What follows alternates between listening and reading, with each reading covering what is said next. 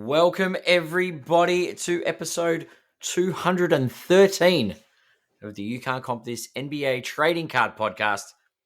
We're your hosts, Adam, Amy, and Russell Gibson, and we are back. Hello, everyone. Hope you're well on this Wednesday day. Yes, we've got another timeless moment for you all.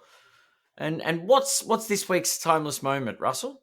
So I think we should thank our listener, Jamie Pachevsky, Yes, for his DMs to our Instagram account. Thank you so much, mate. It's always good for a chat with people who are like-minded of the hobby. The conversation went along the lines of, what other topics do you think that we could do for timeless moments after he enjoyed the previous episode? So the question went, who do you guys think to PC and why, and what next players should people get into and might be cool? And so whoever that you PC is a very personal question. I think the best way to answer that is collect somebody that you enjoy watching. And I think if you do that, it's a very enjoyable way to embrace your collection, because if he has a good game, you can go look at your cards, or you could be sorting your cards as you're watching him play on TV, or, something along those lines. I genuinely enjoy doing stuff like that. And I think if you then choose somebody that also happens to ascend into NBA All-Star or All-NBA, that's really exciting then too. It's a bonus. That's right. You have that potential of also your collection going up. And so, I think that's the best way to look at it. And I think that's the way to answer your question. And however, what I did do is I came up with a tool that I put onto social media. And I think that it wasn't that well received by people. And I think the reason it was, and quite correctly so, is because then people were kind of like, oh, well, are you saying that my collection's worth nothing now, or it's worth less? And it's like, well, actually, that wasn't the reason I put this tool together. It was more, to be honest, this is something I've had in the back of my mind for a little while, and I wasn't too sure how to get it out. Yeah. And so on socials, I've labeled it as who to PC checklist, but maybe what it should be is... I think you got the letters confused. It should be how to PC. Yeah, how to PC, or it should be actually how much money should I spend on somebody that I don't like. So I think that's the best way. So then you're just being like ruthlessly objective about it. It's like, okay, I don't like this guy, but should I be spending money investing into his card? So this is the checklist you would use collecting for that situation. Versus investing, right? Yeah. Yeah. So it's like, okay, so for me, like Jalen Green is the perfect guy. And actually that's the guy who's in the picture. Should I be spending money on Jalen Green? Mm-hmm. So this is the checklist. And people who are smarter than me will work this out really quickly. It says 10 to 15 points. It should be 10 to 12 points. So obviously this is like a first or a second draft that I've rolled out here. Yeah. Position, center equals 1 point. Forward is 2 points. Guard is 3 points. Tim Duncan would get 1 point in this example. Yep. Kevin Durant would get 2, and Michael Jordan would get 3. Draft status, were they a high upside player? So you can think about all the ESPN coverage, and they talk about high upside, long wingspan. You can interchange those words. That's totally fine. Were they 21 years or younger, or are they 22 years or older? So the easy one to think about there is for the Indiana Pacers, Chris Duarte. So when he came into the league, he was older than 22, and he's already out of the league.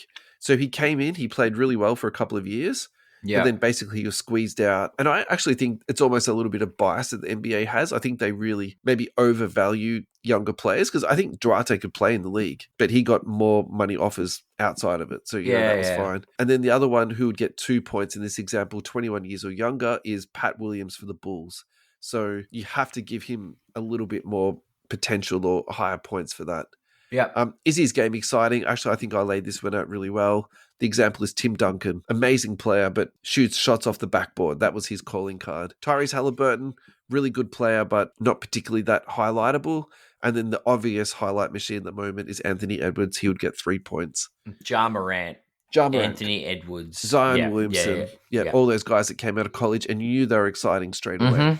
So market size, this is a little bit of a tricky one. Actually, I found this on Google. I just Googled what are the NBA markets. The problem with most of the hits you get at the start actually will blend in old NBA teams and then also like NFL teams. So to find like a specific NBA list, maybe it was like the 5th or 6th hit down the list, but it lays it out really well. Yeah. New Orleans and Memphis are the two smallest markets. In the middle is Denver and Cleveland, almost smack bang at like 15, 16. Then right at the top, you've got New York, LA, Big markets. Chicago. Yeah.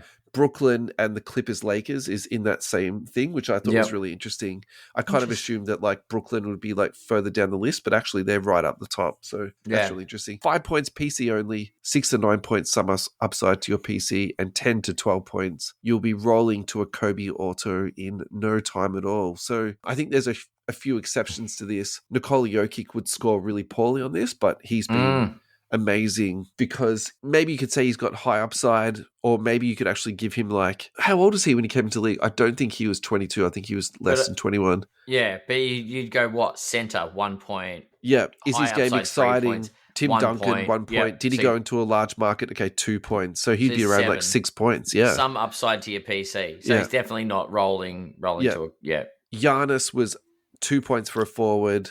I think he had pretty high upside, but he was like also very high risk. So you could give him like a 2 or a 3. Was he exciting? Yeah, he's probably like a Halliburton. He's a Halliburton at the time. Yeah, and he's he's definitely in a small market in Milwaukee. Yeah, I think probably you'd give them 1 to be fair for that. So again, that's like PC only for Giannis. So I think that's where it would go really wrong. So maybe the scale needs adjusting, but I like the points side of it. Yeah. I brought those two up specifically though because I think that's where this tool definitely doesn't work. Yeah. But actually for some of them, so we've got some listener submissions that they put in that we can quickly run through, which I think was like pretty good. Marvin Williams from James Gregory. So that's an absolute 5, and that's where the tool is absolutely spot on. Yep, PC. Maybe he should be -5. Keontae George for the Utah Jazz. So Luke James has got him down at 7 or 8 points. Yep. He plays guards, that's 3. High upside, 3, so he's up to 6. Is his game exciting? You'd probably give him like 2. Market, you'd give him 1. So he's kind of like in that some upside to your PC. And actually, I think that's perfect for him. Bill Davidson, thank you so much for your contribution, Bill. That's fantastic. Or collect Hall of Famers that haven't been accused of rape, pedophilia, or convicted felons. So I think he's talking about avoiding Gilbert Arenas and Karl Malone at the moment. Is that what he's referencing there?